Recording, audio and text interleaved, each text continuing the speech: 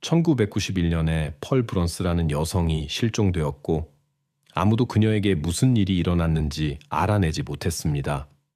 6달 동안 영국 전역에서 그녀를 수색했습니다.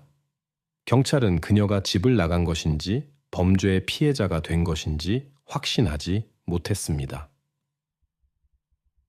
하지만 1년 후 수사관들은 그들의 코앞에 있던 단서를 발견했습니다. 오늘 우리가 들려드릴 이야기는 메인주의 포틀랜드시에서 일어났습니다. 이곳은 대서양으로 이어지는 캐스코만의 항구로 유명한 도시입니다. 이러한 지리적 위치 덕분에 포틀랜드는 많은 노동자와 사업가들을 끌어들이는 중요한 어업 중심지가 되었습니다. 그중 한 명이 도시에서 생선 포장업자로 일하던 펄 스미스였습니다. 그녀의 임무는 전국 각지로 배송될 생선 상자를 준비하는 것이었습니다. 이 일은 육체적으로 힘들고 급여가 낮았습니다. 일과 후 펄은 종종 부둣가 근처의 술집에 가곤 했는데 그곳에서 그녀는 빌 브런스와 마찬가지로 단골 손님이 되었습니다. 빌은 펄보다 13살이 많았고 트럭 운전사로 일했습니다. 그는 메인에서 몬트리올로 생선을 운송했습니다. 펄과 빌은 공통점이 많았는데 둘 다 술을 즐겼고 둘 다 개인적인 실패를 경험했습니다. 펄은 이미 5번의 결혼과 이혼을 했고 빌은 막 3번째 결혼 생활을 끝낸 상태였습니다.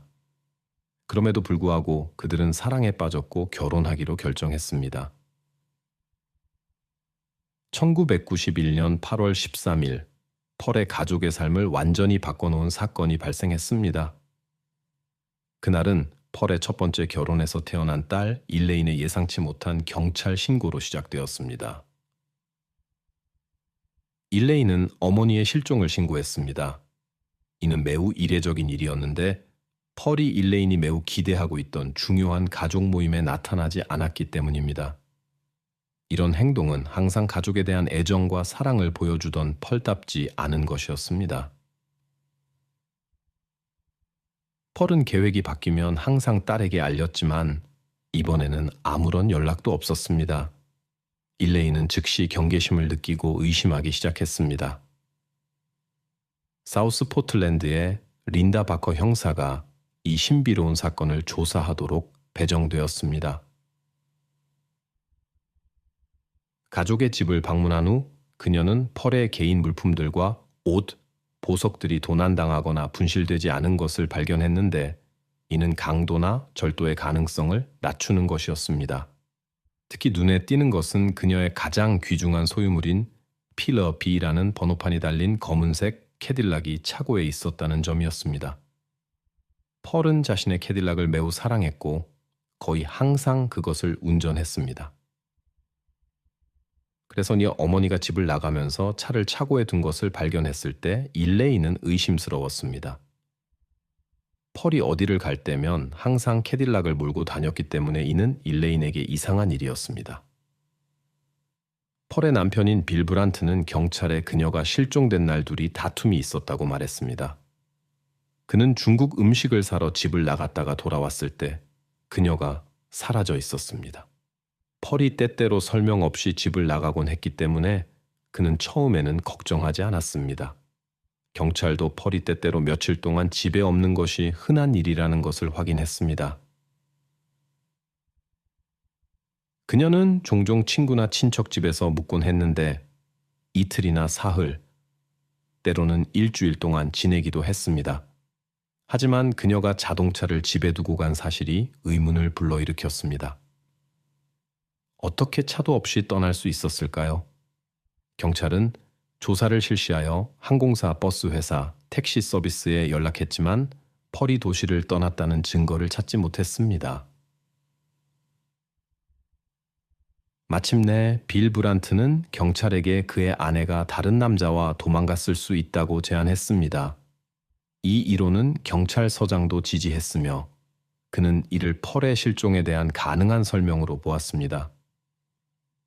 날들과 주들이 지나갔고 펄의 가족은 그녀가 영원히 사라질 수 있다는 가능성에 대해 점점 더 걱정하게 되었습니다. 한편 포틀랜드 경찰은 48살의 펄 브런츠를 집중적으로 수색하기 시작했습니다. 펄이 남편에 의해 즉시 실종 신고되지 않았기 때문에 경찰의 의심은 처음에 그에게 향했습니다. 부부가 펄의 알코올 중독으로 인해 자주 갈등을 겪었다는 사실이 알려졌기 때문입니다. 이는 그들의 주변 사람들 사이에서 널리 알려진 사실이었습니다. 사건의 전환점은 슈워츠 보안관이 기자 크리스티나 영과 자신의 생각을 공유했을 때 왔습니다. 그는 펄은 알코올 중독자였고 6번이나 7번 결혼했으며 전 남편들 중 한 명과 도망갔을 가능성이 매우 높다고 말했습니다. 슈워츠는 펄의 실종에 대해 회의적이었고 그녀가 술에 취해 다른 남자와 함께 갔을 수 있다고 믿었습니다. 그는 펄의 현재 남편인 비를 잘 알고 있었고 그가 나쁜 일을 저질 수 없다고 생각했습니다. 심지어 기자들이 펄의 남편에 대해 물었을 때도 슈워츠는 항상 아니요, 나는 그를 20년 동안 알고 있었어요. 그는 그런 일을 할 수 없었을 거예요. 라고 대답했습니다. 이 상황에서 빌 브런츠의 행동은 매우 이상했습니다. 누군가 집에 돌아와서 배우자가 설명도 없이 사라진 것을 발견했다고 상상해 보세요. 정상적인 사람이라면 즉시 경찰에 실종 신고를 했을 것입니다. 하지만 빌 브런츠는 아무것도 하지 않았습니다. 펄의 첫 번째 결혼에서 태어난 딸이 경찰에 갔습니다. 얼마 지나지 않아 펄의 가방이 그녀의 침대 위에서 부분적으로 쌓여진 채로 발견되었습니다. 가방에는 혈흔이 있었습니다. 경찰은 혈흔이 누군가에게 던져진 물건에서 나왔거나 무기로 때린 싸움에서 나왔을 수 있다고 추측했습니다. 펄의 딸 일레인도 어머니가 아마도 죽었을 것이라고 의심을 표명했습니다. 그녀는 만약 어머니가 아직 살아있다면 가족에게 연락하기 위해 무슨 일이든 했을 것이라고 말했습니다. 지역 언론이 펄 브런츠의 실종을 보도한 직후 경찰에 수많은 제보가 들어왔습니다. 펄의 한 친구는 그녀를 늦은 밤 부두에서 보았다고 진술했습니다. 수사 과정에서 경찰은 펄이 실종되기 전 며칠 동안 그녀가 자주 가는 술집을 방문했다는 사실을 알아냈습니다. 그곳에서 그녀는 친구들을 만나 주로 재정적 문제를 둘러싼 빌과의 잦은 다툼과 우울한 기분에 대해 이야기했습니다. 하지만 경찰이 입수한 이러한 정보들 중 어느 것도 수사를 진전시키지 못했고 사건은 교착 상태에 빠졌습니다. 이는 6주 후에 변화했는데 한 등산객이 320km 떨어진 뉴햄프셔의 좁은 등산로에서 펄 브런츠의 가방을 발견했습니다. 그 가방에는 여성의 개인 서류들과 보석류, 화장품, 그리고 현금이 들어있었습니다. 펄의 딸 일레이는 모든 물건들이 실제로 그녀의 어머니의 것이라고 확인했습니다. 형사 바커는 빌 브런츠를 다시 찾아가 신문하기로 했습니다. 그녀가 집에 들어섰을 때 새 것처럼 보이는 카펫이 즉시 눈에 띄었습니다. 그녀는 빌에게 그 카펫이 어디서 났는지 물었습니다. 그는 그것이 오래된 카펫이며 방금 샴푸 세척과 진공 청소를 했다고 대답했습니다. 형사 린다는 카펫이 새 것처럼 보이는 것을 보고 놀랐습니다. 하지만 이웃들을 조사하는 과정에서 경찰은 그들이 빌이 카펫 청소기를 집 안으로 가져오는 것을 목격했다는 사실을 알게 되었습니다. 빌의 진술과 이웃들의 목격담 사이에 이러한 모순은 수사관의 의심을 더욱 키웠습니다. 빌은 왜 카펫 청소에 대해 거짓말을 했을까요? 경찰은 주변을 수색했지만 의심스러운 것을 발견하지 못했습니다. 그럼에도 불구하고 이 사건은 이제 살인 사건으로 다뤄지기 시작했습니다. 경찰관들은 한 여성의 핸드백에 개인 물품, 서류, 보석류, 그리고 현금이 눈에 띄는 곳에 있는 것을 발견했습니다. 핸드백 외부에는 혈흔이 튄 자국이 보였습니다. 경찰은 그 핸드백이 발견되도록 의도적으로 남겨졌다고 의심했습니다. 며칠 후 펄의 딸 일레이는 자신의 의심에 대해 이야기하기 위해 빌을 찾아갔습니다. 그녀는 빌, 당신이 우리 어머니를 마지막으로 본 사람이에요? 어머니에게 무슨 일이 있었는지 알고 있을 거예요. 라고 말했습니다. 이에 빌은 침묵을 지켰고 그저 앉아서 한마디도 하지 않은 채 그녀를 바라보기만 했습니다. 수개월간 실종된 펄 브런스를 수색하던 중 수사관들은 중요한 증거물을 발견했습니다. 그녀의 핸드백이 뉴햄프셔의 집에서 320km 떨어진 등산로에서 발견된 것입니다. 이 발견으로 수사관들은 펄 브런스가 아마도 사망했을 것이라는 추측을 더욱 확신하게 되었습니다. 그들은 그녀의 실종 상황을 밝히고 살인자를 찾아내기로 결심했습니다. 하지만 수사는 오랜 기간과 사건의 혼란스러운 성격으로 인해 어려움을 겪었고 한 시점에서는 수사관들이 뭔가 잘못하고 있을 수 있다고 인정하기도 했습니다. 수사 과정에서 경찰은 부패한 시신의 냄새를 모방하는 특수 화학 물질에 훈련된 경찰견들을 투입했는데 이는 의사인체 냄새라고 불립니다. 브란체프 가족의 집을 수색하는 동안 에드워드 데이비드 박사는 자신의 개 레이를 데려왔고 레이는 집 전체를 수색했습니다. 마침내 개는 지하실 입구에서 멈춰 서서 누웠는데 이는 시신의 냄새가 있다는 신호였습니다. 수사관들은 즉시 펄의 실종과 관련된 단서를 찾기 위해 해당 구역을 파기 시작했습니다. 하지만 놀랍게도 인체의 흔적은 전혀 발견되지 않았습니다. 경찰견의 명확한 신호에도 불구하고 지하실 발굴은 아무런 성과를 내지 못했습니다. 마침내 답을 찾았다고 확신했던 수사관들에게는 큰 타격이었습니다. 이 즈음 펄의 실종이 우연이 아닐 수 있다는 가설이 제기되었습니다.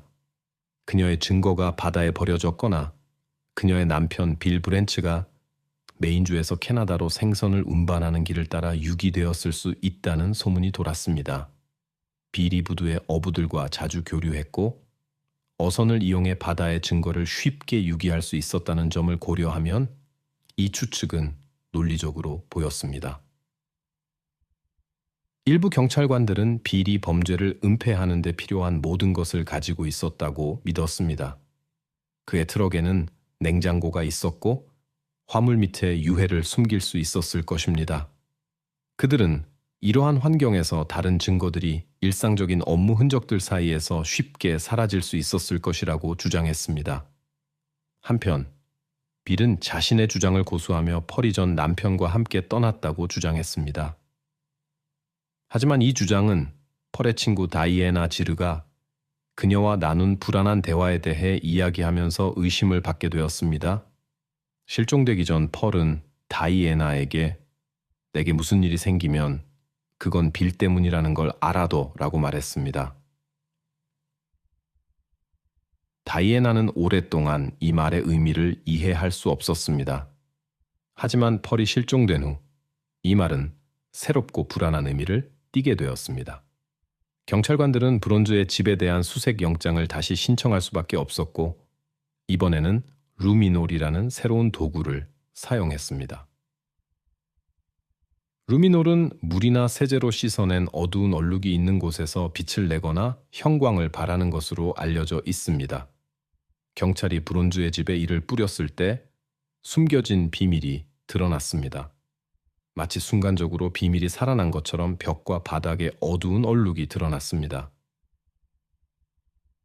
이 얼룩들은 집 안에서 상당한 양의 물질이 쏟아지고 꼼꼼하게 청소되었다는 것을 명백히 보여주었습니다. 이는 빌 브란츠의 주장, 즉 그의 아내가 그저 떠났다는 주장과 정면으로 배치되었습니다. 어두운 흔적은 욕실까지 이어졌습니다. 카펫과 리놀륨 바닥에서 물질이 쏟아지고 제거된 흔적을 볼 수 있었습니다. 지하실로 이어지는 계단에서도 이것이 보였습니다. 각 계단은 무언가가 끌려 내려간 흔적을 보여주는 듯했고 자국을 남겼습니다. 계단 아래에서 그들은 큰 어두운 얼룩을 발견했습니다. 하지만 경찰에게 가장 불안한 발견은 12 곱하기 8m 크기의 더러운 지하실 바닥의 어두운 얼룩이었습니다. 그곳 흙바닥에서 펄 브란츠의 크기와 일치하는 윤곽이 분명히 나타났습니다. 빌 브란츠에게 루미놀로 얻은 증거를 보여준 해리먼 형사는 그에게 물었습니다. 어떻게 생각하나요? 빌, 이 사건에서 누구를 의심하시나요? 누가 이 일에 연루되었다고 생각하시나요? 빌은 태연하게 대답했습니다. 저는 남편을 의심할 것 같네요. 경찰은 펄 브란츠의 실종 수사에서 막다른 길에 도달했습니다. 브란츠의 집 지하실에서 세 차례의 수색과 예비 발굴 후에도 중요한 단서는 발견되지 않았습니다. 주요 용의자가 계속해서 자신의 무죄를 주장하고 거짓말 탐지기, 검사를 거부한다는 사실로 인해 상황은 더욱 복잡해졌습니다. 게다가 이전의 지하실 바닥 발굴 시도는 증거 발견으로 이어지지 않았습니다.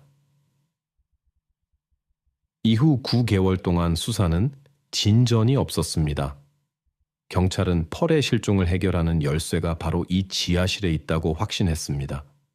한 경찰관은 지하실에 증거가 숨겨져 있을 수 있다는 생각을 멈출 수 없었지만 바닥 전체를 수동으로 파낸다는 생각은 불가능해 보였다고 인정했습니다. 그때 해리먼 형사는 최신 법의학 도구인 집안 레이더에 대해 알게 되었습니다. 지하의 큰 금속 물체를 탐지하는 데 사용되는 이 장치는 장애물에 부딪혀 반사되는 고주파 전파를 발사하는 방식으로 작동합니다. 형사는 필요한 장비를 보유한 지역공학 및 생태학 회사에 연락을 취했습니다. 펄 브란츠가 실종된 지 13개월 후 그녀의 집 지하실은 이 복잡한 사건의 핵심 측면을 밝히는 데 도움이 되기를 바라며 집안 레이더를 사용하여 철저히 조사되었습니다. 알려진 바와 같이 인간은 대부분 물, 지방세포, 근육조직, 뼈로 구성되어 있습니다. 바로 이 독특한 조합이 수색을 어렵게 만들었습니다. 지구물리학자 스콧 켈키는 이 특정 연구 중에 문제에 직면했다고 전했습니다. 인체는 전파 에너지를 효율적으로 통과시키지 않습니다. 브랜드 가족의 집 지하실에서 흥미로운 사례가 발생했습니다. 연구원들은 레이더로 지하 1m 깊이에서 지속적인 파동 반사를 일으키는 무언가를 발견했습니다. 첫 발굴에서 비정상적으로 붉은 색을 띤 산화된 모래가 발견되었습니다. 하지만 특정 지점에서는 전파의 반사가 전혀 없었습니다. 레이더 기록은 연구원들이 전파 에너지를 흡수하는 무언가가 있다고 추정한 곳에 흰 점을 보여주었습니다. 발굴이 계속되어 그들이 발견한 것을 직접 볼 때까지 그것이 무엇인지는 미스터리로 남아 있었습니다.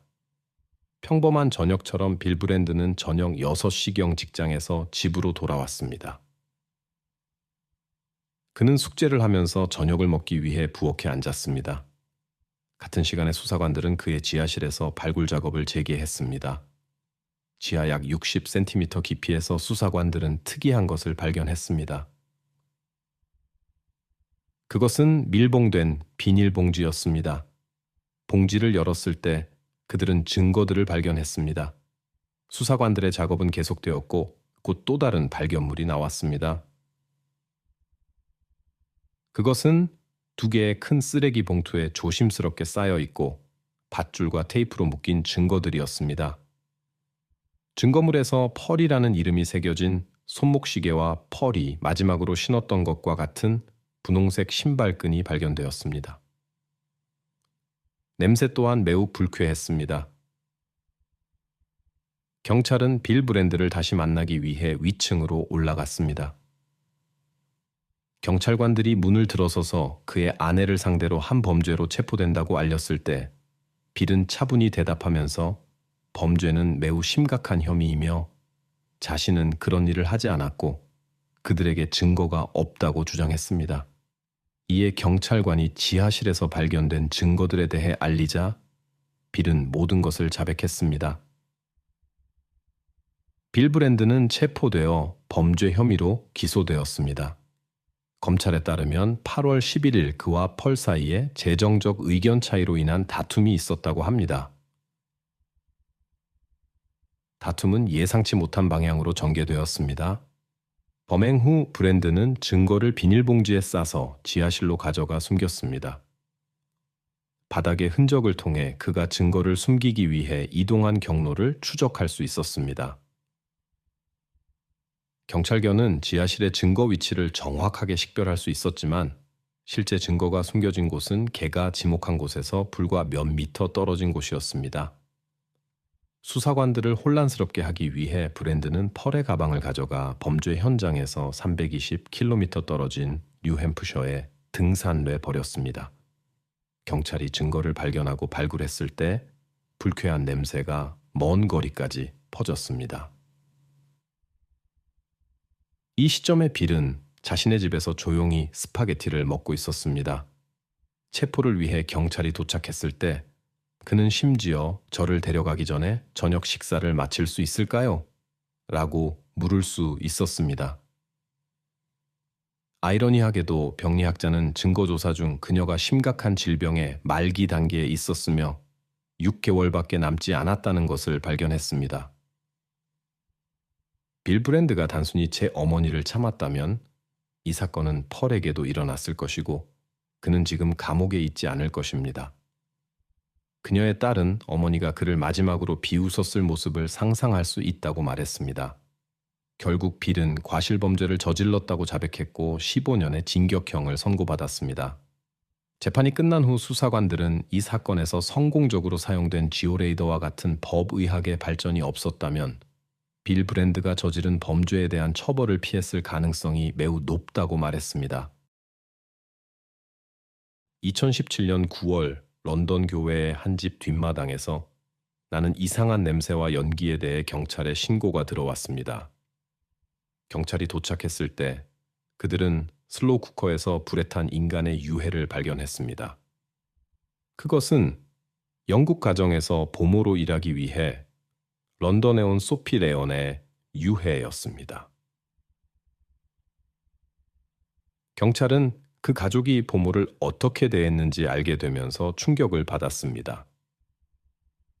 소피 레온은 힘든 운명을 가진 소녀로 항상 내성적이고 겸손했으며 큰 모임을 자주 피하고 말하는 것을 좋아하지 않았습니다. 이러한 이유로 소피는 많은 친구가 없었고 가족과의 소통도 종종 어려웠습니다. 그녀의 어머니는 불안과 희망으로 가득 차서 자주 딸에게 하루가 어땠는지 물으며 대화를 시도했습니다. 하지만 소피의 대답은 항상 짧았고 때로는 한마디로 끝났습니다. 이는 그녀를 더욱 내성적으로 만들었습니다. 자신을 고립시키는 그녀의 경향은 어린 시절에 뿌리를 두고 있었습니다. 그녀가 아주 어렸을 때인 1996년에 부모님 이혼은 그녀에게 큰 영향을 미쳤습니다. 그녀의 어머니가 이혼 후 재혼하면서 그녀에게는 남동생과 이복 언니가 있었기에 완전한 가족이 없었습니다. 그들은 파리 동쪽의 시골에서 살았습니다. 이러한 가족 환경은 그녀의 사회성 문제에 영향을 미쳤습니다. 하지만 소피가 마음을 여는 순간들도 있었습니다. 그녀는 자신의 관심사와 감정에 대해 이야기했지만 그런 순간들은 꽤 드물었습니다. 하지만 그녀는 매우 사교적이었고 아이들과 함께 있는 것을 즐겼습니다. 그녀는 항상 아이들과 잘 어울릴 수 있었습니다. 소피는 아이들과 관련된 일이라면 항상 행복했습니다. 그것은 그녀가 가장 좋아하는 주제였습니다. 중등교육을 마친 후 그녀는 이 분야에서 일하기를 희망하며 유아교육을 공부하기 시작했습니다. 하지만 일자리를 찾는 것은 어려웠습니다. 소피는 아이들과 관련된 적당한 일자리를 찾지 못했고 이는 그녀에게 큰 실망이었습니다. 꿈의 직장을 계속 찾는 동안 그녀는 가족을 경제적으로 돕기 위해 슈퍼마켓 계산원으로 일했습니다. 그녀는 이 일을 아이들과 함께하는 더 적합한 일을 찾는 동안의 임시 해결책으로 여겼습니다. 소피가 희망을 잃어가기 시작할 때 그녀는 완벽해 보이는 광고를 발견했습니다. 한 친구가 런던에 사는 사브리나 퀴다와 웨셈 메두니 부부가 6살 된 아들과 3살 된 딸을 돌볼 프랑스어를 구사하는 보모를 찾고 있다고 알려주었습니다. 이것은 소피가 오랫동안 기다려온 기회였습니다. 소피의 어머니는 처음에 그녀가 런던으로 이사하는 것을 반대했습니다. 낯선 나라에 모르는 사람들에게 그렇게 멀리 가는 것이 위험해 보였습니다. 하지만 소피는 고집스러웠고 결국 부모님은 그녀가 가는 것을 허락했습니다. 2016년 1월 20살의 나이에 소피는 런던에 도착하여 새로운 삶의 장을 시작했습니다. 런던에서 그녀는 아이들을 돌보는 데 도움이 필요한 결혼한 부부인 사브리나와 샘을 만났습니다. 사브리나는 패션업계에서 일하는 유명한 메이크업 아티스트였고 샘은 은행의 재무분석가로 일했습니다.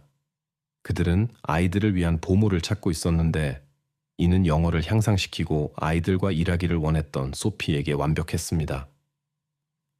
사브리나와 왜 샘이 보모를 찾기 시작했을 때 샘은 이미 은행에서의 일을 그만둔 상태였습니다. 그는 임대용 아파트 2채를 구매하는데 자신의 저축금을 투자했습니다. 가족은 런던의 부유한 지역에서 살았고 재정적으로 안정된 상태였습니다. 이웃들은 소피의 일에 대한 특별한 헌신을 알아차렸습니다. 그들은 소피가 거의 사회생활을 하지 않는다는 것을 발견했는데 이는 종종 여가 시간이나 아이들과의 외출 시 다른 부모들과 만나곤 하는 다른 부모들과는 달랐습니다. 소피는 항상 일에 몰두해 있었고 사교 활동을 할 시간이 거의 없었습니다. 런던에서의 첫 몇 달과 2016년 전체 동안 소피는 자신이 일하는 가정에서 행복하고 만족스러워 했습니다. 그녀는 이 가족의 일부처럼 느꼈고 일에서 기쁨과 만족을 경험했습니다. 하지만 2017년 5월에 모든 것이 극적으로 변했습니다. 소피는 어머니에게 편지를 써서 자신의 근무 조건에 대한 불만을 표현했습니다. 그녀는 도둑질 혐의를 받았고 급여가 삭감되었으며 휴가 기회가 제한되고 자유가 제한되었다고 보고했습니다. 그것은 멋진 삶에서 심각한 직장 문제로의 극적인 변화였습니다. 소피의 어머니는 딸이 집으로 돌아올 수 있기를 바라며 프랑스행 비행기 티켓을 구매했습니다. 하지만 소피는 그 티켓을 사용하지 않았고 프랑스로 돌아가려는 그녀의 계획은 실현되지 않았습니다. 2017년 9월 이전 마지막 몇 달 동안 소피 레오니는 점점 더 연락을 덜 하게 되었습니다. 이전에는 카드, 편지, 이메일을 통해 가족과 적극적으로 연락을 유지했었습니다. 점차적으로 그녀의 메시지는 더욱 드물어졌고 이는 그녀의 부모를 걱정시켰습니다. 이러한 행동의 변화는 그녀의 이전 활동들과 극명한 대조를 이루었고 가족과 친구들을 불안하게 만들었습니다. 2017년 9월 20일 수요일에 소피가 일하던 사브리나와 샘의 집에서 바비큐 파티가 준비되고 있었습니다. 이상한 냄새와 정원에서 나는 과도한 연기가 감지되었습니다. 이는 몇몇 이웃들을 불안하게 만들어 무슨 일이 일어나고 있는지 보기 위해 문을 두드렸습니다. 혼자 집에 있던 샘은 닭고기와 양고기를 요리하고 있다고 설명했고 바비큐 경험이 부족해서 자주 연기가 많이 난다며 걱정할 필요가 없다고 말했습니다. 하지만 한 이웃은 샘의 설명이 수상하다고 느꼈고 화재가 이웃집으로 번지거나 연기가 유독할 수 있다는 우려로 소방서에 전화를 걸었습니다. 소방대가 도착했을 때 그들은 샘을 발견하고 무슨 일이 있는지 물었습니다. 그들은 구운 닭고기와 양고기에서 그렇게 많은 연기가 나는 것이 이상하다고 생각했습니다. 바비큐를 조사했을 때 그들은 수상한 잔해를 발견했습니다. 사진 중 하나에는 구운 닭고기가 보였습니다. 자세히 보니 사람의 손가락과 코처럼 보이는 것을 알아차렸습니다. 경찰이 호출되었습니다. 샘은 체포되어 경찰서로 호송되었습니다. 그가 연행될 때 이미 더 많은 경찰관들이 현장에 도착해 있었습니다. 거리가 봉쇄되었고 이는 주민들의 관심과 흥분을 불러일으켰습니다. 경찰은 정원에서 방수포로 덮인 사람의 시신처럼 보이는 물체를 옮겼습니다. 며칠 후 그것이 21살의 소피 러니의 시신이라는 것이 밝혀졌습니다. 수사 과정에서 샘과 사브리나가 체포되었습니다. 조사 결과 소피가 몇 달 동안 부부의 집에서 고문을 당하고 고통받았다는 것이 밝혀졌습니다. 쌓인 사망 시점, 사망 상황을 밝히기 위해 법의학 조사가 실시되었습니다. 처음에는 당연히 살인사건으로 추정되었습니다. 소피 러니의 정확한 사인은 밝혀지지 않았습니다. 어려움은 그녀의 시신이 화재로 인해 심하게 손상되었다는 것이었습니다. 또한 정확한 사망일을 확정할 수 없었습니다. 며칠 된 흉골, 갈비뼈, 쇄골, 턱의 골절도 의문을 더했습니다. 이러한 사실들은 해결해야 할 복잡한 수수께끼를 만들어냈습니다. 시신이 발견된 지 이틀 후 법의학적 증거를 바탕으로 소피 레언이 살해 혐의로 그녀의 고용주 사브리나와 그녀의 남편 샘이 기소되었습니다. 증거들은 샘과 사브리나가 그녀의 죽음에 연루되어 있음을 시사했습니다. 이제 재판을 시작하고 소피를 위한 정의를 실현하기 위해 범행의 전체 상황을 밝혀내야 했습니다. 재판 과정에서 런던에서의 소피의 마지막 몇 달간의 삶에 대한 세부 사항이 알려졌습니다. 특히 사브리나의 신원에 대해 특별한 주목이 집중되었습니다. 소피처럼 그녀도 보모로서 경력을 시작했습니다. 사브리나는 그 후 메이크업 아티스트로 전향하여 스타들과 작업하고 많은 유명인들을 만나며 결국 패션계에서 성공을 이루었습니다. 경력을 쌓는 동안 사브리나는 당시 인기 있는 보이밴드의 멤버였던 마크 월튼을 만났습니다. 그들의 관계는 빠르게 발전했고 곧 아들을 낳았습니다. 이 아이가 소피의 첫 보모 일자리였습니다. 2013년에 사브리나와 마크의 관계는 끝이 났습니다. 마크는 사브리나에게 더 이상 연락하고 싶지 않다고 분명히 했습니다. 이 이별은 사브리나에게 깊은 상처를 주었고 그녀의 성격을 바꾸어 놓았습니다. 그녀를 전부터 알았던 사람들은 그녀의 변덕스러운 행동, 이상한 분노 폭발, 이유 없는 공격성을 발견했습니다. 이 시기에 사브리나는 마크에 대한 강박적인 관심을 발전시켰습니다. 그녀는 그의 일정을 쫓고 계속해서 전화를 걸어 연락을 유지하려 했습니다. 같은 시기에 사브리나는 오랜 지인인 샘과 관계를 시작했습니다. 관계를 시작한 지 몇 달 후 사브리나는 임신을 했습니다. 그녀는 샘의 집으로 이사했고 그곳에서 딸을 낳았습니다. 이는 그녀의 삶의 새로운 장이었고 계속해서 보모로 일하며 이번에는 사브리나의 갓난아기를 돌보게 된 소피에게도 영향을 미쳤습니다. 소녀가 자라면서 사브리나와 샘은 육아 도움이 필요하다고 결정했습니다. 그래서 그들은 딸의 양육을 일부 맡아줄 보모를 찾았습니다. 사브리나와 샘은 겉으로 보기에 완벽한 커플처럼 보였지만 그들의 삶에는 깊은 문제들이 숨겨져 있었습니다. 은행의 재무분석가로 일하던 샘은 사직하기로 결정했습니다. 그 이유는 더 많은 시간을 함께 보내고 싶어하는 사브리나의 바람 때문이었습니다. 그녀는 일이 가족에게 할애할 수 있는 시간을 너무 많이 빼앗는다고 그를 설득했습니다. 하지만 샘의 퇴사는 둘 모두에게 예상치 못한 재정적 어려움을 가져왔습니다. 수입의 감소로 사브리나는 자신이 익숙했던 높은 생활 수준을 유지하는 것이 불가능해졌습니다. 그녀는 사치를 추구했고 사교 모임에 참석하고 비싼 옷을 사고 싶어 했습니다.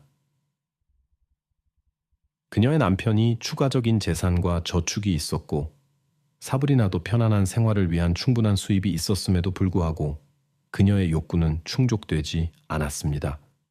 이러한 불만족은 그들의 관계에 새로운 문제들을 야기했습니다. 게다가 사브리나는 수년간 계속해서 전 남자친구인 마크 월튼에 대해 걱정했습니다. 그녀는 마크를 아동 착취와 학대로 고발하고 부정적인 시각으로 묘사하기까지 했습니다. 하지만 이러한 고발은 근거가 없었고 거짓으로 판명되었습니다. 전 남자친구인 마크 월튼이 2017년에 런던을 떠나 미국으로 이주하기로 결정했다는 것을 알았을 때 사브리나는 충격을 받고 분노했습니다. 그녀는 지난 몇 년간 해왔던 것처럼 그를 따라갈 기회를 놓쳤습니다. 미국과 런던 사이의 거리는 그녀가 이전에 해오던 마크에 대한 스토킹과 전화를 불가능하게 만들었습니다. 이로 인해 그녀는 그를 통제하거나 그가 어디에 있는지, 누구와 대화하는지 알 수 없게 되었습니다. 사브리나는 자신의 무력감과 마크를 다루지 못하는 무능함에 대한 반응으로 소피아에게 분노를 표출하기 시작했습니다. 처음에는 소피아를 작은 절도와 일을 제때 완수하지 못한 것, 음식 준비가 엉망인 것, 아이들의 등교 준비가 늦는 것 등으로 비난했습니다. 사브리나는 소피아를 가혹하게 대하고 고함을 지를 모든 이유를 찾았습니다. 상황은 곧 사브리나의 언어적 공격이 신체적 폭력으로 변하면서 악화되었습니다. 샘과 사브리나 둘 다 정기적으로 신체적 폭력을 행사한 것으로 밝혀졌습니다. 그들은 때리고 뺨을 때리고 발로 차고 때로는 전선까지 사용했습니다. 이러한 행위들은 소피아에게 깊은 신체적, 정신적 상처를 남겼습니다. 음성 녹음 외에도 가족의 컴퓨터와 전화기에서 시간이 지남에 따라 소피아가 어떻게 변했는지 보여주는 사진들이 발견되었습니다. 이전에 날씬했던 소녀는 눈에 띄게 더 마르고 쇠약해졌습니다. 화면에서 보는 마지막 사진에서 소피아는 극도로 쇠약해 보이며 이는 그녀의 악화된 신체적, 정신적 상태를 보여줍니다. 언어적 폭력은 신체적 폭력이 되어 상황을 악화시켰습니다. 소피아는 또한 영양 부족에 시달렸고 위생 관리가 금지되었으며 심지어 급여까지 삭감되었습니다. 마지막 몇 달 동안 그녀를 본 목격자들은 그녀가 항상 같은 옷을 입고 있었고 단정하지 못했으며 기본적인 위생 기준을 지키지 않았다고 지적했습니다. 이는 사브리나와 샘이 그녀가 정상적인 삶을 사는 것을 실질적으로 막은 결과였습니다. 소피아의 여가 시간은 최소한으로 줄어들었습니다. 그녀는 사실상 집에 갇혀 있었고 아이들과 관련된 일과 장보기를 하기 위해서만 외출했습니다. 그 후 그녀는 완전히 외부 세계와 격리되었습니다. 사브리나는 그녀가 가족과 연락하는 것조차 금지했고 이는 그녀의 고독과 고통을 더욱 가중시켰습니다. 소피아의 어머니는 수개월 만에 딸의 사진을 보고 딸이 강제 수용소의 생존자들을 연상시킨다고 생각하지 않을 수 없었습니다. 소피아는 믿을 수 없는 시련과 수개월간의 고문을 견뎌냈지만 사브리나에 대한 두려움 때문에 자신의 고통에 대해 침묵했습니다. 어머니의 말에 따르면 사브리나는 소피아를 반복적으로 위협하며 감옥에 보내고 부모에게 해를 끼치겠다는 등의 협박을 했습니다.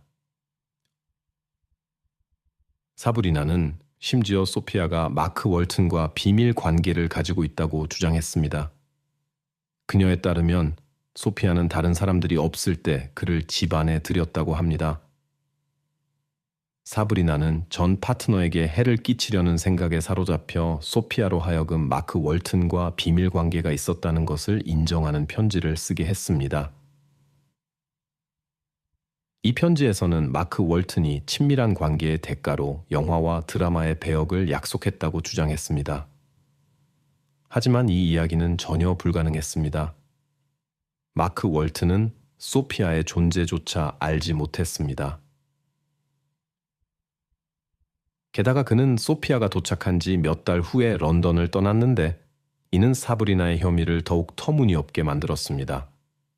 수사관들은 소피의 정확한 사망 시점을 확인할 수 없었지만 재판 과정에서의 조사 결과를 통해 시간대를 좁힐 수 있었습니다. 검찰은 비극이 9월 19일 저녁에 일어났다고 추정했습니다. 9월 20일 시신이 발견되었을 때 수사관들에게 감시 카메라 영상이 제출되었습니다. 이 영상은 샘이 아침에 아이들을 학교에 데려다주고 나중에 사브리나가 그들을 놀이터로 데려가는 모습을 보여주었는데 마치 집으로 돌아가는 것을 미루려는 듯 했습니다. 또한 평소에는 소피의 일이었던 식료품점에 샘이 들어가는 모습도 보입니다. 이러한 정황은 검사들로 하여금 이 시점에 소피가 이미 살아있지 않았다고 결론 내리게 했습니다. 이 사건의 사실들은 고의적인 범죄의 가능성을 시사합니다. 사브리나는 한 친구와 메시지를 주고받았는데 그 친구는 소피가 아이를 돌보고 요리하고 집안일을 하고 그녀의 딸과 시간을 보낼 수 있는 친구들이 있는지 물었습니다. 사브리나는 소피가 더 이상 그들과 일하지 않는다고 대답했으며 그녀의 말은 불편한 관계 종료를 암시했습니다. 이 메시지 교환은 9월 15일에 이루어졌으며 이는 사브리나의 남편이 체포되기 5일 전이었습니다. 그들의 진술에서 서로를 비난했고 이는 이 어두운 사건을 더욱 미스터리하게 만들었습니다.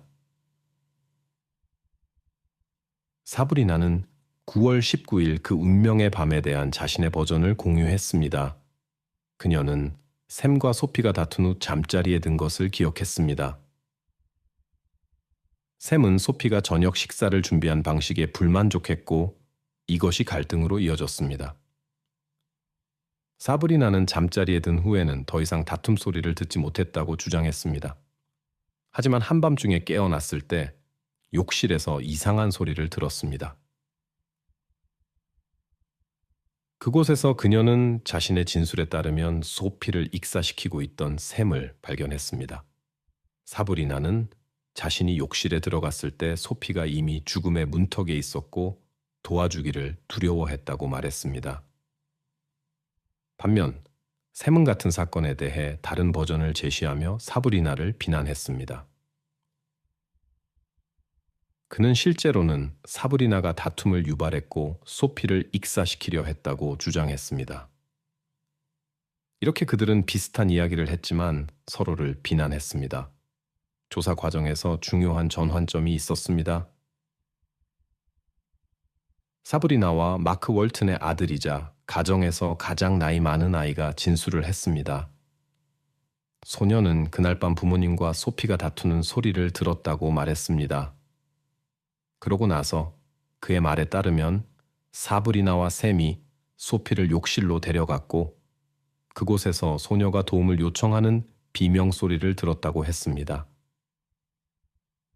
이러한 증언들은 수사관들이 소피의 살인이 9월 19일에 일어났으며 두 부모 모두 그녀의 죽음에 연루되어 있다는 것을 확인할 수 있게 했습니다. 이미 언급했듯이 샘과 사브리나가 이것을 계획하지는 않았지만 사브리나는 이러한 결과의 가능성을 의심했습니다. 그녀는 심지어 미리 친구들에게 소피가 더 이상 그들의 집에서 일하지 않는다고 알렸습니다. 모든 증언, 음성 녹음, 사건의 시간 순서를 신중히 검토한 후 사건은 배심원단에 회부되었습니다. 30분간의 심의 끝에 그들은 평결을 내렸습니다. 샘과 사브리나는 소피 레온의 살인죄로 유죄 판결을 받았고 30년의 징역형을 선고받았습니다. 이 사건은 특히 사브리나가 소피의 이름으로 작별 편지를 쓴 후 큰 관심을 끌었습니다. 이 편지에서 그녀는 소피가 더 나은 세상과 장소에서 자신을 찾기를 바란다는 희망을 표현했습니다. 사브리나의 이런 행동은 소피의 친구들, 친척들, 지인들에게 그녀의 행동에 대한 조롱과 완전한 무감각으로 받아들여졌습니다. 두 아이들의 운명에 관해서는 누가 그들을 보호하게 되었는지에 대한 정보는 공개되지 않았거나 최소한 내가 관련 데이터를 찾을 수 없었습니다. 이는 아이들을 불필요한 공적 관심으로부터 보호하기 위한 의도적인 결정일 수 있습니다. 어떤 경우든 우리는 모두 그들이 지금 안전하고 사랑이 가득한 손길 속에 있기를 바랍니다. 특히 그들이 소피의 어머니와 아버지로부터의 학대를 반복적으로 목격했다는 사실을 고려할 때 보살핌과 지원으로 둘러싸여 있기를 바랍니다. 이는 모든 아이에게 힘든 시련이며 우리는 진심으로 그들이 평화와 행복을 찾기를 바랍니다. 19살의 애슐리 워즈워스는 2021년 11월 12일에 온라인에서 만난 친구를 만나기 위해 캐나다에서 영국으로 여행을 떠났습니다. 그녀는 수년간의 기다림 끝에 마침내 직접 만나게 될 것을 기대했습니다. 하지만 애슐리의 여행이 로맨스 대신 가슴 아픈 비극으로 끝날 것이라고는 아무도 예상하지 못했습니다. 애슐리 워즈워스는 2002년 7월 25일 캐나다의 한 지방 도시에서 태어났습니다. 그녀의 부모는 케네스 워즈워스와 크리스티 젠드론이었습니다. 워즈워스 대가족은 50명이 넘는 친척들로 구성되어 있었고 모두가 같은 지역사회에 살았습니다. 애슐리에게는 헤일리라는 언니가 있었습니다. 소녀는 활동적인 생활 방식을 좋아했고 수영과 승마, 스키를 즐겼습니다. 그녀는 또한 테니스를 치고 클라리넷 연주하는 것을 좋아했습니다. 애슐리는 명랑하고 사교적이며 활기찬 성격으로 유명했습니다. 이러한 특성들은 그녀를 또래들 사이에서 인기 있게 만들었고 많은 친구들이 있었습니다. 애슐리는 소셜미디어에서도 활발히 활동했으며 재미있는 사진들과 농담 혹은 단순히 자신의 생각들을 팔로워들과 공유했습니다. 2015년 12살이었던 애슐리는 소셜미디어를 통해 1999년 1월 9일에 태어난 잭 사페를 만났습니다. 애슐리와는 달리 잭에게는 가까운 사람들이 많지 않았습니다. 그의 어머니 트레이시 달튼은 리키라는 남자와 결혼했습니다. 잭의 아버지는 2019년에 사망했으며 둘의 관계는 긴장된 상태였습니다. 보고에 따르면 잭은 형제인 조던과도 소통하지 않았지만 여동생 나디아와는 연락을 유지했습니다. 애슐리와 잭이 만났을 때 잭은 15살이었습니다. 잭은 항상 인터넷과 비디오 게임을 통해서만 관계를 맺는 것을 선호했습니다. 시간이 지나면서 그는 온라인 인맥을 넓히기 시작했습니다. 잭과 대화를 나누던 애슐리의 친구가 소셜미디어를 통해 두 10대를 연결해 주었습니다. 많은 10대들처럼 애슐리에게도 다양한 플랫폼에서 낯선 사람들과 채팅하고 가상의 친구를 만드는 것은 자연스러운 일이었습니다. 잭을 만났을 때도 그랬습니다. 잭과 애슐리는 빠르게 온라인 친구가 되었습니다. 그들은 공통점이 있든 없든 서로에게 끌렸습니다. 그들은 적극적으로 온라인 대화를 시작했습니다. 당시 애슐리는 스마트폰이 없었고 소셜미디어에 접속하기 위해 가정용 컴퓨터를 사용했습니다. 그래서 영국인과의 우정은 그녀의 가족에게 전혀 비밀이 아니었습니다. 온라인 우정이 발전하면서 애슐리는 잭의 몇 가지 성격적 특징을 알게 되었습니다. 흥미롭게도 많은 지인들이 잭을 각기 다르게 설명했습니다. 일부는 그가 학교에서 자주 어려움을 겪었다고 말했지만 재미있고 매력적이며 충동적인 아이로 기억했습니다. 그들은 또한 그가 화가 났을 때 자신과 다른 사람들에게 공격적인 모습을 보이는 어두운 면에 대해서도 이야기했습니다. 애슐리와 잭 모두 10대였기 때문에 나이가 들면서 변화했습니다. 게다가 애슐리의 어머니는 원거리 관계 동안 잭이 여러 여자들과 관계를 맺었고 애슐리도 전형적인 10대의 경험을 했다고 전했습니다. 서로 대화하지 않는 기간이 있었음에도 불구하고 두 10대 사이의 연결은 완전히 사라지지 않았고 그들은 수년간 연락을 유지했습니다. 애슐리와 잭이 나이가 들면서 그들의 관계는 발전했습니다. 그들은 소셜미디어를 통한 메시지뿐만 아니라 영상통화도 하기 시작했고 이는 그들의 관계를 더욱 친밀하고 로맨틱하게 만들었습니다. 잭은 곧 애슐리의 가족에게 익숙한 얼굴이 되었습니다. 그들이 커플을 볼 때면 마치 자신들의 거실에 있는 것처럼 그를 반겼습니다. 게다가 그는 정기적으로 테디베어와 핸드백 같은 선물을 그녀에게 보냈습니다. 애슐리의 가족과 친구들은 그녀가 만나는 모든 남자를 잭과 비교했다고 전했습니다. 베르너스빌과 잭이 살던 맥스 사이의 8시간의 시차 때문에 10대들은 서로 이야기하기 위해 너무 일찍 일어나고 너무 늦게 잠들었습니다. 2018년 15살이었던 애슐리가 잭과의 직접 만남에 관심을 보이기 시작했을 때 그녀의 가족은 그녀가 혼자서 다른 대륙으로 여행하는 것을 허락하지 않았습니다. 모든 커플처럼 그들도 때때로 다퉜습니다. 애슐리가 이러한 다툼으로 인해 소셜미디어 계정에서 잭을 차단하면 그는 새로운 계정을 만들거나 그의 여동생이나 지인들을 통해 메시지를 보냈습니다. 이는 소녀의 가족을 화나고 짜증나게 했지만 그녀는 그가 접근하기 쉽고 감수성 있는 사람이라고 주장했습니다. 2018년 10월, 잭은 자신의 팔에 애슐리의 이름을 문신으로 새겼습니다. 당시 그녀는 16살이었고 그는 19살이었습니다. 소녀의 부모는 이러한 사랑의 표현이 과도하다고 생각했고 조심하고 같은 행동을 하는 것은 생각조차 하지 말라고 그녀에게 경고했습니다. 얼마 지나지 않아 잭은 다툼 중에 칼로 애슐리의 이름이 있는 문신을 훼손했습니다. 그 후 그는 질투심이 많아지고 폭력적이 되었습니다. 그는 자신은 계속해서 다른 여자들과 만나면서도 애슐리가 다른 남자들과 만난다고 생각하면 화를 냈습니다. 하지만 그는 애슐리가 자신의 가장 사랑하는 사람이며 오직 그녀만을 원한다고 고집했습니다. 어느 날 잭의 여자친구가 집에서 애슐리에게 전화를 걸어 잭이 자신을 가지 못하게 한다고 말했습니다. 대화 중에 애슐리와 함께 있던 그녀의 친구는 애슐리가 마치 잭의 극단적인 행동에 익숙한 것처럼 무덤덤해 보였다고 말했습니다.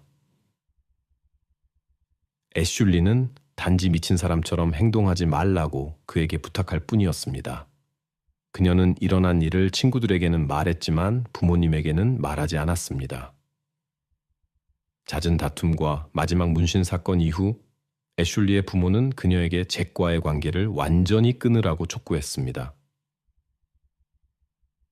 하지만 그녀는 거부했고 그의 행동의 심각성을 축소했습니다. 이후 몇 년 동안 걱정하는 친구들이 그와 더 이상 대화하지 말라고 부탁했음에도 불구하고 이러한 다툼과 화해의 순환은 계속되었습니다. 그들의 관계에서 모든 어려움과 문제에도 불구하고 애슐리는 항상 잭을 용서할 힘을 찾았습니다.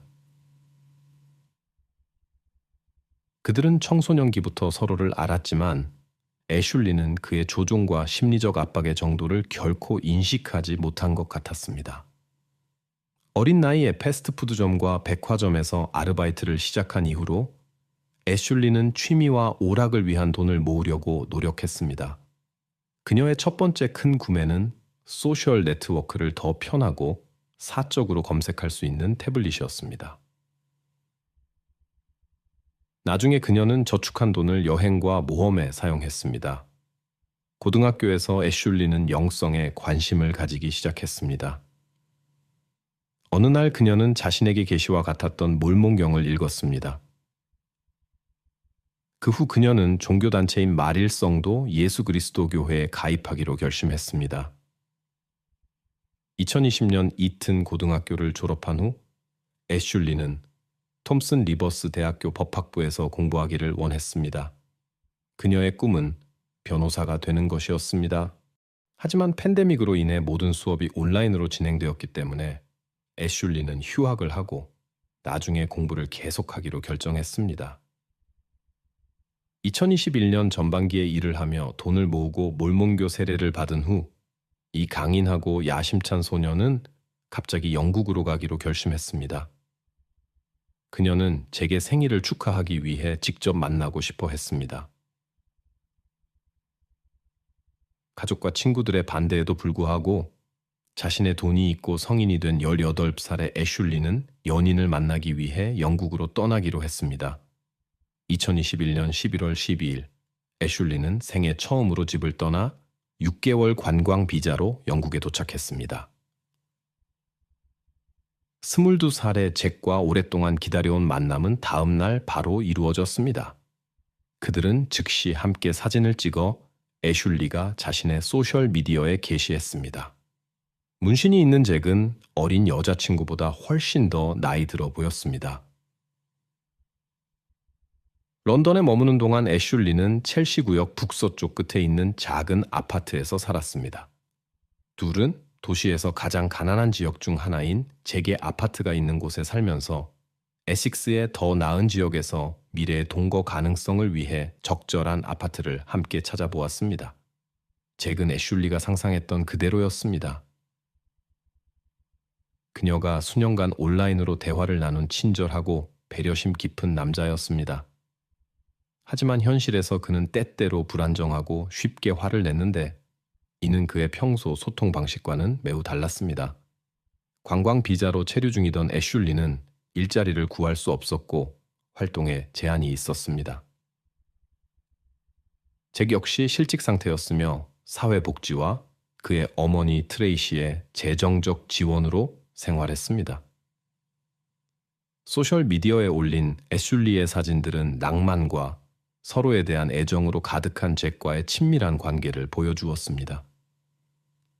애슐리는 또한 화상통화로 가족들과 연락을 유지했는데 이는 적어도 표면적으로는 그들이 잘 지내고 있으며 큰 문제가 없다는 것을 보여주었습니다. 처음에 잭은 꽤 조용했지만 점차 생각에 잠기고 내향적이 되었습니다. 그는 새로운 도시를 탐험하는데 흥미를 잃고 집에 머무는 것을 선호했습니다. 그는 컴퓨터 게임을 하며 시간을 보냈고 가끔 불법 약물을 복용했습니다. 평소 자연을 좋아하던 애슐리는 관광 비자로 인해 다시 한번 제약을 느꼈습니다. 그녀는 점점 더 잭의 취향에 맞춰가며 고립된 시간을 보내고 좁은 아파트로 인해 점점 더 불안해졌습니다. 애슐리가 잭에게 오기 전 몰몬교회의 한 지인이 그녀를 미리 돌보기로 결정했습니다.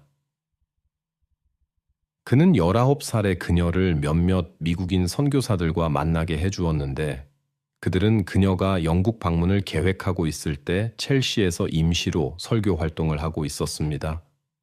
고향에서 멀리 떨어져 있었기 때문에 같은 신앙을 가진 사람들과 친구가 되고 싶어 했던 애슐리는 곧 변덕스러운 잭이 그녀가 일요일 예배에 참석하는 것을 막고 있다는 것을 깨달았습니다. 그래서 그녀는 선교사 친구들과 몰래 연락을 주고받기 시작했지만 잭이 그녀의 휴대폰을 검사한다는 것을 알고 있었기 때문에 즉시 모든 메시지를 삭제했습니다. 애슐리는 곧 잭이 자신을 통제하려 하고 심지어 정서적 압박을 가하고 있다는 것을 깨달았습니다. 그녀는 선교사들에게 자신이 더 나은 대우를 받아야 한다고 고백했지만 잭의 행복이 그녀에게 가장 중요하다고 했습니다. 그리고 지금 잭의 예측할 수 없는 행동은 상황을 더욱 악화시켰습니다. 그의 무례함과 잔인함은 애슐리를 새로운 인연들로부터 고립시키는 것보다 훨씬 더 심각했습니다. 겨우 6주 전, 그녀가 오랜 친구를 만나기 위해 여행을 기대하고 있을 때 잭은 그녀의 어머니에게 애슐리를 때렸다고 고백했습니다. 그는 수년 전 그녀가 다른 남자들의 번호라고 생각한 2개의 알 수 없는 영국 전화번호를 차단했다고 의심했습니다. 애슐리는 인스타그램에 영국 생활이 얼마나 아름다운지 공개적으로 수개월 동안 게시했지만 몰래 자신의 상처를 기록하여 걱정하는 언니 헤일리에게만 보여주었습니다. 애슐리는 헤일리가 어머니에게 모든 것을 말하면 가족과의 연락을 끊겠다고 위협했습니다. 애슐리는 자신의 어머니와 친구들에게 결코 고백하지 않았습니다. 하지만 어느 날 헤일리가 실수로 그녀의 비밀을 누설했습니다. 당연히 그녀의 어머니는 충격을 받고 매우 걱정했습니다. 그녀는 딸에게 돌아오라고 애원했지만 애슐리는 잭이 먼저 완전한 치료를 받아야 하며 그가 치료된 후에는 모든 것이 좋아질 것이라고 주장했습니다. 2022년 1월 초 또 다른 인생을 바꾸는 사건이 발생했습니다. 잭이 애슐리의 머리에 맥주잔을 내리쳤습니다. 충격을 받고 흐느끼면서 소녀는 남자친구가 그녀에게 유리 조각을 치우게 하는 동안 영상통화로 언니에게 연락했습니다. 배경에서 애슐리는 잭이 왔다 갔다 하면서 소리를 지르고 고개를 끄덕이는 것을 볼 수 있었습니다. 헤일리는 여동생에게 집으로 돌아오라고 애원했지만 소용없었습니다. 같은 달 9일에 잭은 가족들과 애슐리와 함께 편안하게 자신의 23번째 생일을 축하했습니다. 얼마 후 잭의 어머니와 계부는 기분 전환이 상황을 진정시킬 것이라 생각하고 작은 해안 도시로 가족 여행을 계획했습니다. 사진 속에서는 모든 것이 너무나 완벽해 보여서 애슐리의 부모조차 상황이 얼마나 심각한지 알아차리지 못했습니다. 그들은 딸의 평온함과 기쁨을 보고 안도의 숨을 쉬었습니다. 하지만 그 순간의 평온함은 곧 사라졌습니다. 1월 말의 한 다툼에서 잭은 다시 애슐리를 때렸습니다. 그는 그녀가 다시 한 번 집으로 돌아오라고 애원하는 헤일리와 통화하는 동안 양초와 TV 리모컨을 그녀에게 던졌습니다. 애슐리는 처음에는 동의했지만 이 잔인한 모습 속에 자신이 수년간 알고 있던 매력적인 남자가 숨어 있다고 믿어 곧 철회했습니다. 애슐리는 치료와 시간, 그리고 자신의 사랑이 그를 치유할 수 있기를 기도했습니다. 잭은 어머니와 대화를 나눈 후 애슐리를 불충실하다고 비난하고 때림으로써 그녀를 얼마나 어려운 상황에 빠뜨렸는지 깨달았습니다. 잭은 죄책감을 느끼는 것 같았지만 최종적인 비극을 막기에는 충분하지 않았습니다. 2022년 2월 초, 잭은 다시 한번 화를 내며 애슐리가 자신을 피해 다른 남자와 몰래 데이트를 한다고 비난했습니다.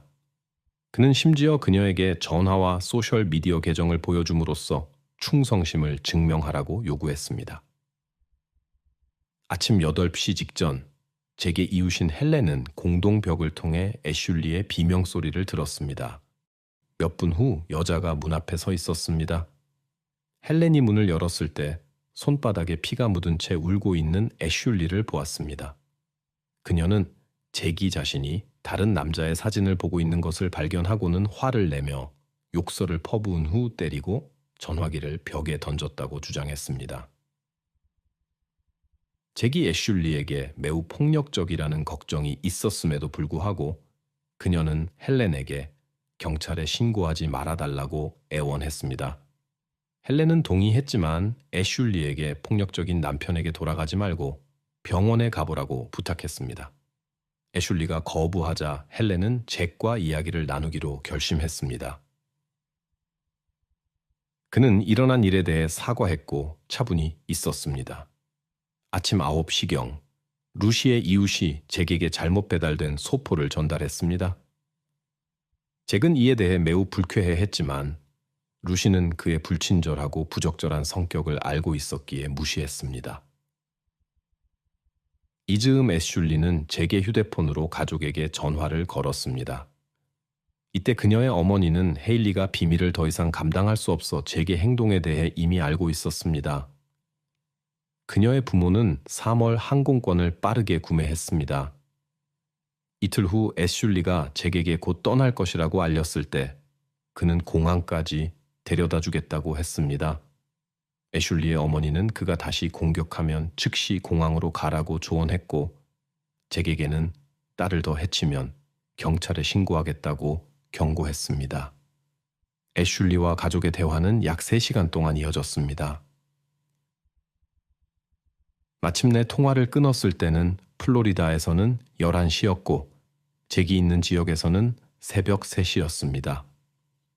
몇 분 후 잭은 어머니에게 문자를 보내 애슐리를 다시 잔혹하게 공격하고 바닥으로 밀쳐 팔이 부러졌을 것이라고 고백했습니다.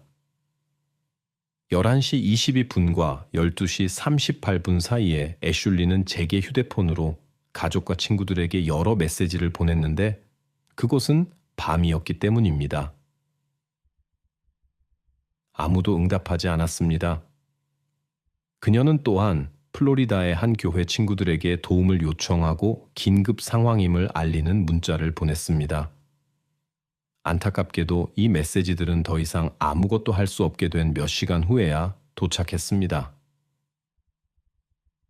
12시 38분과 12시 45분 사이에 잭은 애슐리를 공격하여 그녀가 숨을 쉬지 않을 때까지 목을 조였습니다.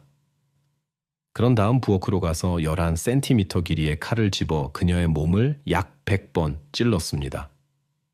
이렇게 잔인하게 그의 여자친구의 생명을 앗아간 후 잭은 일상적인 루틴으로 돌아갔습니다. 나중에 그는 자신의 프로필 사진을 자신과 애슐리의 사진으로 바꾸고 Always Mine 이라는 문구를 달았습니다. 그런 다음 헤일리를 위해 비디오를 찍었는데 그는 애슐리를 사랑한다고 매우 미안하지만 그녀를 보낼 수 없었고 자신의 정신과 의식이 제대로 작동하지 않았다고 말했습니다.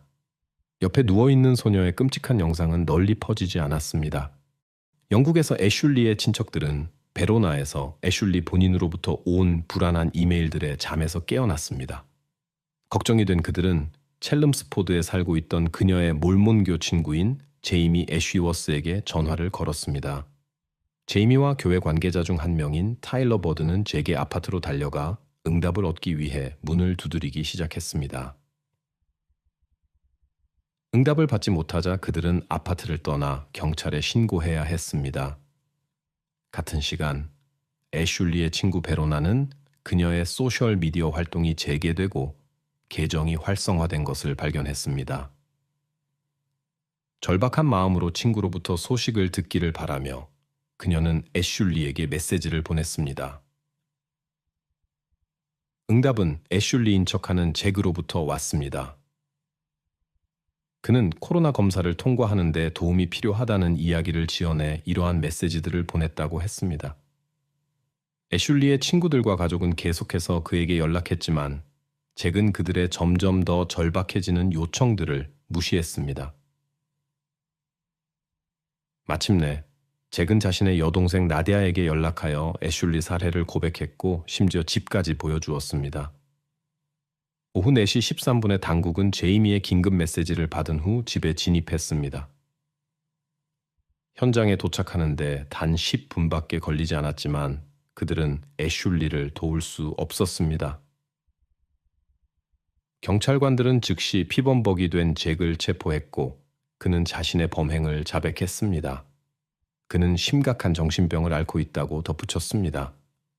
그는 첼름스포드 교도소로 이송되었고 2022년 9월 7일 첼름스포드 크라운 법원에서 재판이 예정되었습니다.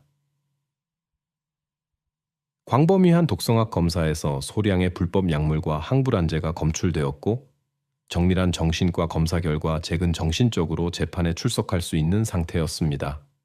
자발적인 자백 영상을 포함한 증거들은 압도적이었습니다. 이러한 압도적인 증거들 앞에서 잭은 즉시 유죄를 인정했고 이는 판사로 하여금 이러한 극악무도한 범죄에 대한 유일한 형벌인 가석방 가능성이 없는 종신형을 선고하게 했습니다. 에드워드 머레이 판사가 주재하는 9월 7일 재판에서 검사 사이먼 스펜스가 대표하는 검찰은 잭의 광범위하고 깊이 우려스러운 전과 기록을 조사했습니다. 2014년부터 잭은 여자친구에 대한 괴롭힘, 납치, 감금, 폭행으로 반복적인 체포를 포함하는 광범위한 전과 기록을 가지고 있었습니다. 또한 그는 수년에 걸쳐 여자친구와 그녀의 어머니를 상대로 여러 번의 임시 접근 금지 명령을 받았습니다.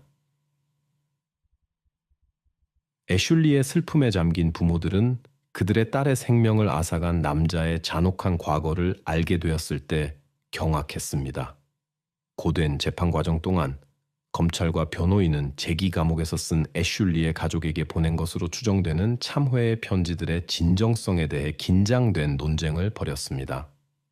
신중한 고려 끝에 담당 판사인 에드워드 머레이는 사법적 투명성과 대중의 알 권리라는 정당한 원칙에 따라 잭의 편지를 언론에 전면 공개하는 것을 승인했습니다. 애슐리의 어머니와 언니 헤일리에게 보내는 편지에서 잭은 어떠한 후회나 사과의 표현도 애슐리를 되돌리거나 그들의 충격적인 상실에 대한 깊은 고통을 덜어줄 수 없다고 설명합니다. 그는 자신의 행동을 후회하며 애슐리와의 이전 대화에서 자신의 문제에 대해 공개적으로 이야기했기 때문에 그들이 이미 자신의 오랜 정신질환에 대해 알고 있었다고 주장합니다. 그는 또한 자신의 마비적인 상태가 최근 몇 달 동안 급격히 악화되었다고 말했는데, 이는 그의 혐오스러운 행동을 변명할 수는 없지만 침투적인 생각들이 그의 판단력과 의사 결정 능력을 심각하게 손상시켰다고 했습니다. 아보크보야 쇼. 검찰이 제시한 재계 이전 폭력 행위들의 압도적인 목록과 이 끔찍한 범죄에 대한 그의 유죄 인정을 고려하여 그는 23년 후에야 가석방을 고려할 수 있는 종신형을 선고받았습니다. 사람들이 얼마나 잔인하고 사악할 수 있는지 여러분은 상상도 못할 것입니다. 이 남자는 살인 사실을 교묘하게 숨기는데 능숙했습니다. 아내의 장례식에서 그는 슬픔에 잠긴 남편인 척 연기하며 참석자들을 성공적으로 속였습니다. 아무도 그가 어떤 일을 저지를 수 있는지 짐작하지 못했습니다. 오늘 우리 이야기의 주인공은 비극적인 운명을 가진 한 소녀입니다. 알렉시아 부이오는 1988년 2월 18일 프랑스의 작지만 아름다운 도시 그레이라빌에서 태어났습니다. 그녀의 가족은 시의원이라는 명예로운 직위를 가진 어머니 이자벨과 아내와 함께 가족 카페를 운영하는 아버지 장피에르로 구성되어 있었습니다. 가족에는 스테판이라는 언니도 있었습니다. 2004년 16살의 나이에 그녀는 고등학교를 졸업하고 바로 대학에 진학했습니다. 이 시기에 알렉시아는 자신보다 4년 어린 조나단 다르바를 만났습니다. 이 만남은 깊은 애정으로 발전했고 둘은 곧 데이트를 시작했습니다. 둘에게 이것은 첫 진지한 로맨스 경험이었으며 첫사랑의 달콤함과 설렘으로 가득했습니다. 조나단 다르발은 1984년 1월 16일에 태어났습니다. 13살 때 심장마비로 아버지를 잃은 후 그는 4명의 형제와 2명의 자매, 그리고 가정부로 일하며 가족을 돌보는 어머니 마르티나 가드레이와 함께 대가족 속에서 자랐습니다. 조나단은 재능 있는 학생으로 밝혀졌고 학교를 성공적으로 마치고 컴퓨터 공학을 전공했습니다. 그는 컴퓨터 상담과 유지보수를 전문으로 하는 회사에서 직장 생활을 시작했습니다. 일 외에도 조나단은 축구에 열정적이었고 이를 직업적인 활동과 연결시켰습니다. 그의 지인들은 그를 겸손하고 다소 수줍지만 매우 친절한 사람으로 묘사했으며 고용주들은 그의 고객과의 소통 능력을 높이 평가했습니다. 2015년 7월 18일 알렉시스와 조나단은 결혼했습니다. 결혼식 직후 그들은 태평양 섬들에서 신혼여행을 보냈습니다. 돌아온 후 그들은 이전에 알렉시스의 조부모님이 소유했던 집으로 이사했습니다. 그들은 집을 자신들의 취향과 스타일에 맞게 꾸몄습니다. 조나단은 알렉시스의 부모님으로부터 신뢰와 존경을 받았습니다. 그들은 그를 모든 가정이 바라는 완벽한 사위라고 생각했습니다. 학사 학위를 받은 후 알렉시아는 교육학 석사 과정을 계속했습니다. 2017년 10월에 그녀는 이미 은행에서 일하고 있었습니다. 알렉시아는 목표 지향적인 성격과 기업 가정 능력, 그리고 수영과 달리기 같은 스포츠에 대한 열정을 가지고 있었습니다. 부부 모두 활동적인 운동선수였고 이는 그들이 신체적으로 건강을 유지하는 데 도움이 되었습니다. 그들은 조깅을 즐겼고 식단과 건강을 신경 썼습니다. 하지만 공통의 관심사와 취미에도 불구하고 함께 산 지 2년 후 그들의 관계에서 심각한 문제가 발생했습니다. 그들의 차이점을 고려할 때 결혼 생활의 문제들이 그들을 연결하는 것들보다 점차 더 중요해졌다는 것을 깨달았습니다. 2017년 10월 28일 알렉시아에게는 평범한 토요일 아침이 시작되었습니다. 오전 9시경 그녀는 이어폰을 끼고 아침 조깅을 위해 근처 숲으로 향했습니다. 그것은 그녀의 일상적인 운동이었고 매일의 루틴의 일부였습니다. 이 시간에 그녀의 남편 조나단은 이미 사무실에 있었고 오전 10시 45분에 도착했습니다.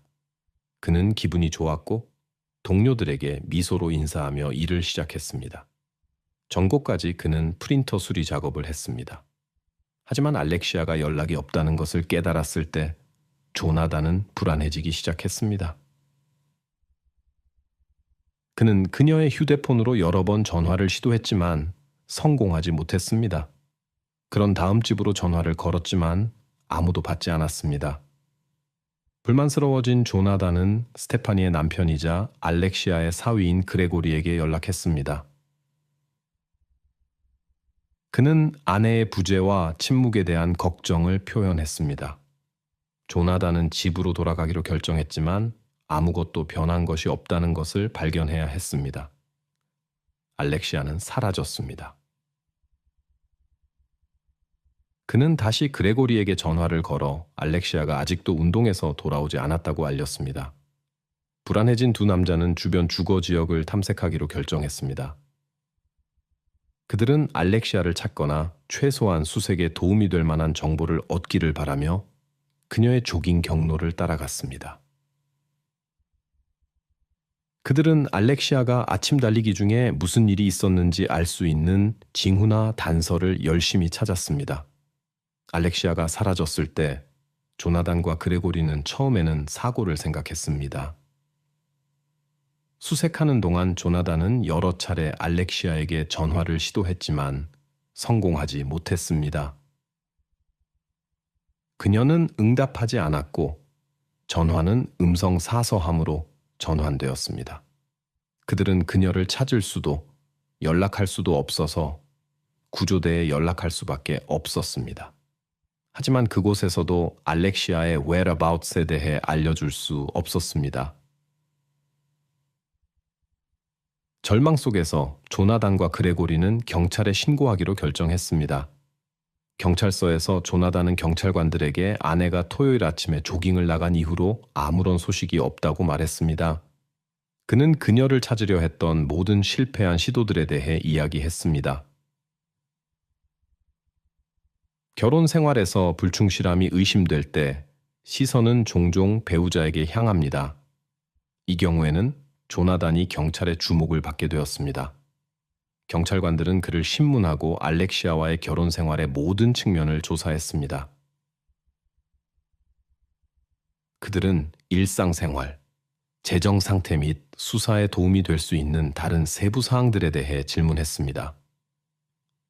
경찰에게 특히 관심이 있었던 것은 조나단의 몸에 있는 물리적 흔적들이었습니다. 목과 가슴에 할퀴임 자국과 손에 물린 자국들이었습니다.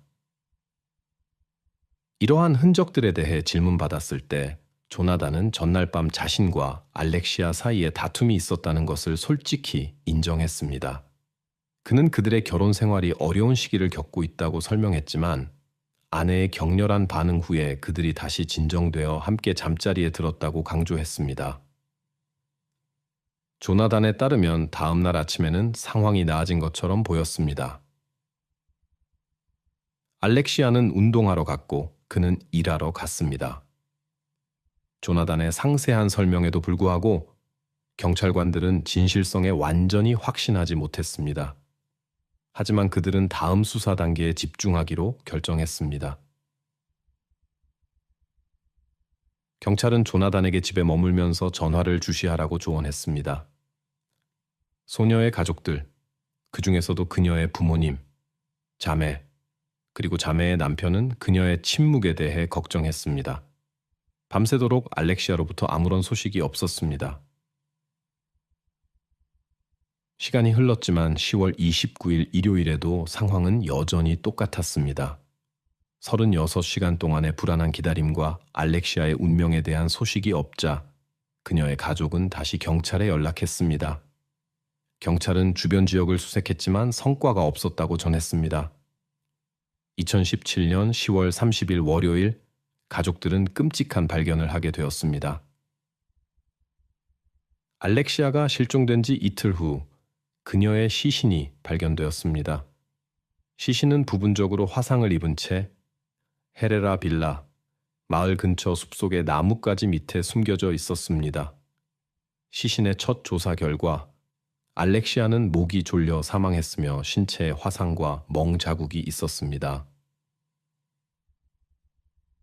알렉시아의 가족과 친구들, 마을 주민들, 특히 조나단은 이 발견에 충격을 받았습니다. 시신이 발견된 후 며칠 동안 조나단은 자주 언론에 등장했습니다. 그는 매우 혼란스럽고 우울해 보였으며 인터뷰 중에 때로는 눈물을 참지 못했습니다. 이 사건은 알렉시아를 알았던 모든 사람들에게 깊은 인상을 남겼습니다.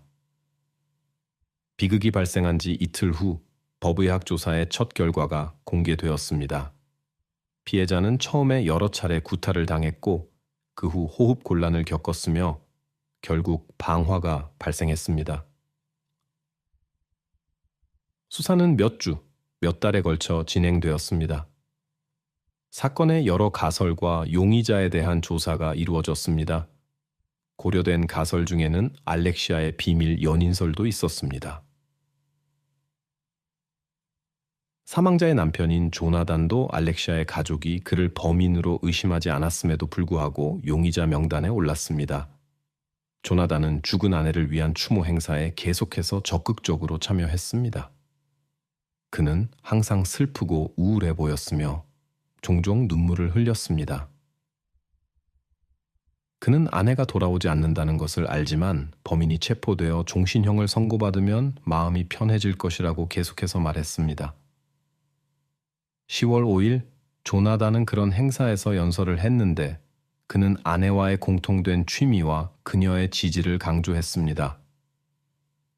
그는 아내가 자신의 버팀목이자 산소이며 어려움을 극복하는 데 도움을 주는 힘의 원천이었다고 말했습니다. 마지막으로 그는 상실의 고통을 표현하며 얼마나 그녀가 그리울 것인지 말했습니다. 2018년 1월 알렉시아와 조나단의 실종 수사는 새로운 전기를 맞았습니다. 부부의 이웃이 경찰에 2017년 10월 27일에서 28일 사이 밤에 그들의 집에서 차가 떠나는 것을 보았다고 알렸습니다. 이 시점까지 수사는 몇 달 동안 거의 진전이 없었습니다. 경찰은 수사에 도움이 될 만한 중요한 증거를 찾지 못했습니다. 이 정보가 나오기 전까지 수사는 막다른 골목에 다다랐었습니다. 철저한 조사 끝에 경찰은 해당 차량이 조나단의 소유이며 그가 업무용으로 사용했다는 것을 확인했습니다. 위치 추적 시스템은 해당 시간에 그 차량이 부부의 아파트에 있었다는 것을 확인했습니다. 또한 알렉시아의 시신이 발견된 장소의 타이어 자국이 조나단의 업무용 차량의 것과 일치했습니다. 이것이 조나단을 신문하게 된 결정적인 요인이었습니다. 압도적인 증거에도 불구하고 조나단은 자신의 무죄를 주장했으며 사건 발생 추정 시각에 회사 차량을 사용했다는 것을 부인했습니다. 경찰이 부부의 아파트에 대한 수색 영장을 받았을 때 그들은 조나단이 아내의 죽음에 책임이 있다는 증거를 찾고자 했습니다. 그들은 이 수수께끼를 해결하기로 결심했습니다. 수색 과정에서 알렉시아의 시신을 감싼 시트가 다발 부부의 침구에 속한다는 사실이 밝혀졌습니다. 이는 중요한 발견이었습니다. 조나단은 처음에는 자신의 무죄를 주장했습니다. 그는 자신의 아내 알렉시아에게 어떤 해도 가하지 않았으며 그녀가 어떻게 죽었는지 모른다고 말했습니다. 하지만 새로운 증거들이 나타나면서 그에 대한 압박이 커져갔습니다. 신문 중 하나에서 상황이 바뀌었습니다. 조나단은 잠시 침묵했습니다. 그러다가 갑자기 수사관들에게 아내의 죽음의 배후에 처제의 남편 그레고리가 있다고 의심한다고 말했습니다. 잠시 멈춘 후 그는 그레고리가 살인자라고 확실히 밝혔습니다. 조나단은 또한 알렉시아의 부모님과 여동생이 이 사실을 알고 있으며 진실을 은폐하기 위한 가족 공모에 가담했다고 주장했습니다. 하지만 이 설명은 수사관들을 설득하지 못했습니다. 모든 증거는 여전히 조나단이 범인임을 가리키고 있었습니다. 이 복잡한 이야기에는 아직 풀어야 할 수수께끼가 많았지만 한 가지는 확실했습니다. 진실은 어딘가 가까이에 있었습니다. 2018년 1월 29일 월요일 오후 대화가 끝난 후 예상치 못한 전환점이 찾아왔습니다. 수사관들은 조나단을 체포하여 수사를 시작했습니다. 이 사건은 가족, 친구들, 그리고 지역사회 구성원들 모두를 놀라게 했습니다. 아무도 몇 달 동안 알렉시아의 실종을 슬퍼하며 울던 이 마른 체구의 슬픈 남자가 그녀의 살인자일 수 있다고 믿지 않았습니다. 스캔들은 오래 기다리지 않았습니다.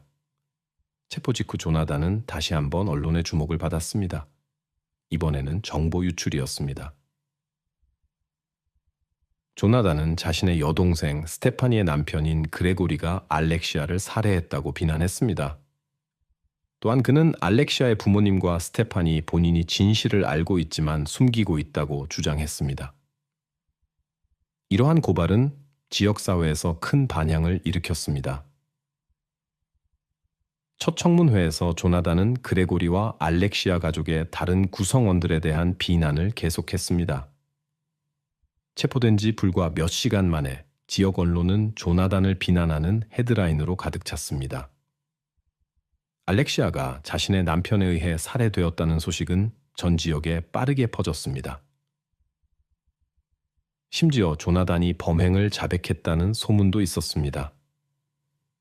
2018년 6월 27일, 조나단 비올은 청문회 중 하나에서 예상치 못한 고백을 했습니다.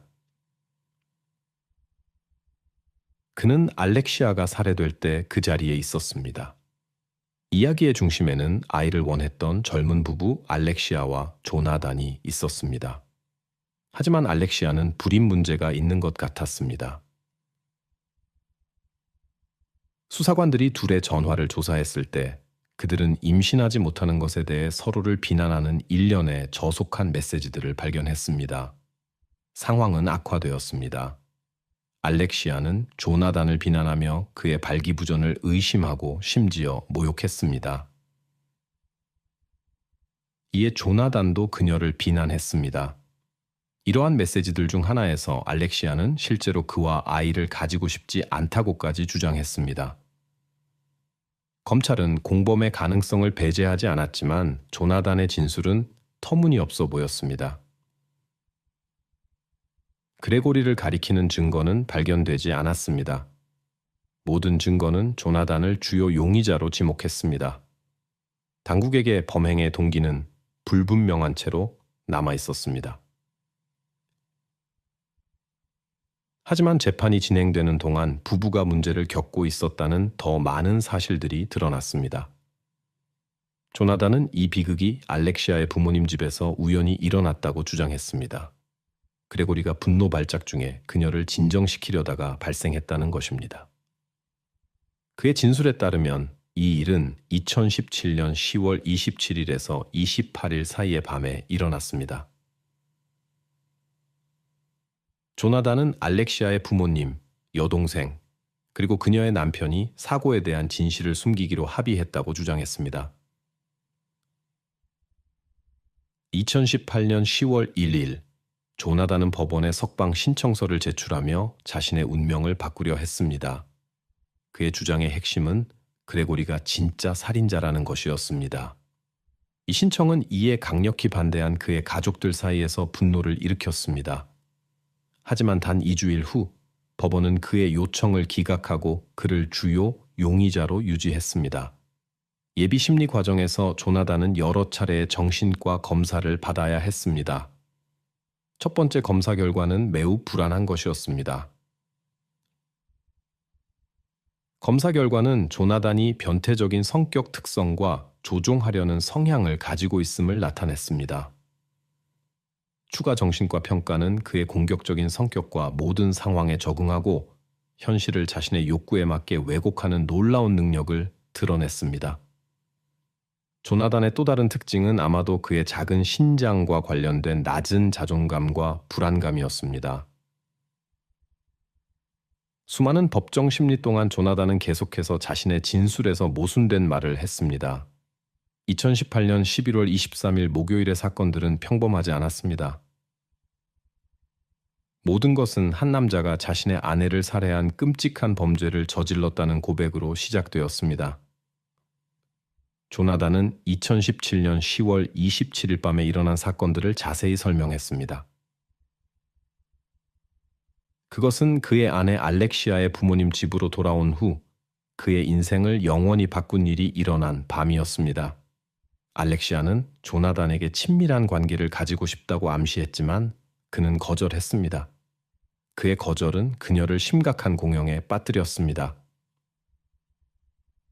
그녀는 그의 거절에 공격적으로 반응했고 이는 그날 밤 예측할 수 없는 비극적인 사건들로 이어졌습니다. 이 순간은 그들의 관계에서 극적인 전환점이 되었고 이 회기에서 설명된 후속 사건들로 이어졌습니다. 한 남자가 비극으로 이어진 사건들을 설명했습니다. 그는 아내를 제지하려 했지만 그녀가 자제력을 잃었고 이는 둘 사이의 신체적 충돌로 이어졌다고 말했습니다. 한동안 지속된 싸움 동안 그들은 서로를 공격적으로 공격했습니다. 마침내 그는 그녀의 목을 잡고 손을 꽉 쥐었고 이것이 그녀의 죽음으로 이어졌다고 주장했습니다. 이 잔혹한 고백 후 조나단은 잠시 침묵했다가 가족 음모론으로 돌아가며 진술을 계속했습니다. 사망한 여성 알렉시아의 가족은 모든 혐의를 강력히 부인했습니다. 2018년 12월 7일 조나단은 그녀의 부모의 요청으로 대질 신문에 소환되었습니다. 그날 그는 차례로 가족 구성원들과 만났습니다. 검사에 따르면 조나단은 아침에 가족 음모론을 고수하며 한 가족 구성원이 알렉시아를 살해했다고 비난했습니다. 하지만 몇 시간 후 그는 자제력을 잃고 마침내 알렉시아의 죽음에 대한 책임이 자신에게 있다고 시인했습니다. 조나단의 변호사는 언론에 자신의 의뢰인이 아내를 죽일 의도가 없었다고 말했습니다. 그는 조나단이 격렬한 다툼 중에 분노에 압도되어 비극적인 결과를 초래했다고 설명했습니다. 변호인은 또한 부부관계에 강한 긴장감을 지적하며 조나단을 굴욕감과 우울감에 빠뜨린 알렉시아의 지배적인 성격을 비난했습니다. 마지막으로 그는 2019년에 있을 재판을 준비하면서 그의 의뢰인이 살인자가 아니라 실수로 아내를 죽였다고 고백한 남자일 뿐이라는 것을 증명하겠다고 밝혔습니다. 2019년 6월 7일, 10월 27일에서 28일 사이의 밤에 일어난 사건이 재현되었습니다. 재현 동안 조나단은 아내의 얼굴을 여러 번 때리고 시신을 일부 불태웠다고 시인했습니다. 그는 또한 여자의 목을 세게 조여 죽음에 이르게 했다고 진술했습니다. 2019년 여름 정신과 감정 결과 조나단이 불안정하고 잠재적으로 위험한 복잡한 정신장애를 앓고 있다는 것이 밝혀졌습니다. 그는 언제든 통제력을 잃을 수 있었습니다. 또한 조나단이 발기부전을 앓고 있었다는 것이 밝혀졌지만 그 원인은 전적으로 정신건강에 기인한 것이었습니다. 전문가는 20명이 넘는 조나단의 지인들과의 대화를 바탕으로 자신의 결론을 확인했는데 그들은 사건 이전에 그의 행동에 대해 나쁜 기억이 없었습니다. 그들은 그가 사회에 성공적으로 통합되어 있고 물질적인 문제가 없다고 설명했습니다. 하지만 그들은 그의 아내가 관계를 지배하고 그의 삶의 모든 측면을 통제했다고 주장했습니다. 2019년 11월 19일 수사가 종결되었고 조나단은 아내 살인 혐의로 기소되었습니다. 1년 후 그는 법정에 섰습니다. 첫 심리에서 그는 판사의 질문에 알렉시아의 죽음에 대한 모든 책임을 인정했습니다. 그녀의 친척들에게 사과한 후 그는 살인 전, 도중, 그리고 후의 사건들을 자세히 설명했습니다. 증언에서 조나단은 자신이 알렉시아를 잡았던 것처럼 한 남자의 목을 잡는다는 것은 그의 목숨을 빼앗으려는 것을 의미한다고 강조했습니다. 법정은 죽은 듯이 조용했습니다. 그는 무의식적으로 아내를 죽이고 싶었다는 욕망을 인정했습니다. 11월 20일 심리에서 그와 알렉시아의 어머니 이자벨 사이에 긴장된 말다툼이 있었습니다. 법정의 분위기는 긴장되었습니다. 알렉시아 어머니와의 갈등 중에 조나단은 압박감을 견디지 못했습니다. 그는 무릎을 꿇고 사과했지만 더 이상 아무 말도 하지 않았습니다. 마침내 2020년 11월 21일 조나단 듀발은 유죄 판결을 받았고 25년 후 가석방 가능성이 있는 종신형을 선고받았습니다. 변호인은 판결에 항소하지 않을 것이라고 밝혔습니다. 그리고 조나단은 동의했습니다. 알렉시아의 가족은 법원의 결정에 만족을 표명했고 비록 쉽지 않을 것임을 알면서도 그들의 삶에서 이 페이지를 넘기고 싶다는 바람을 표현했습니다.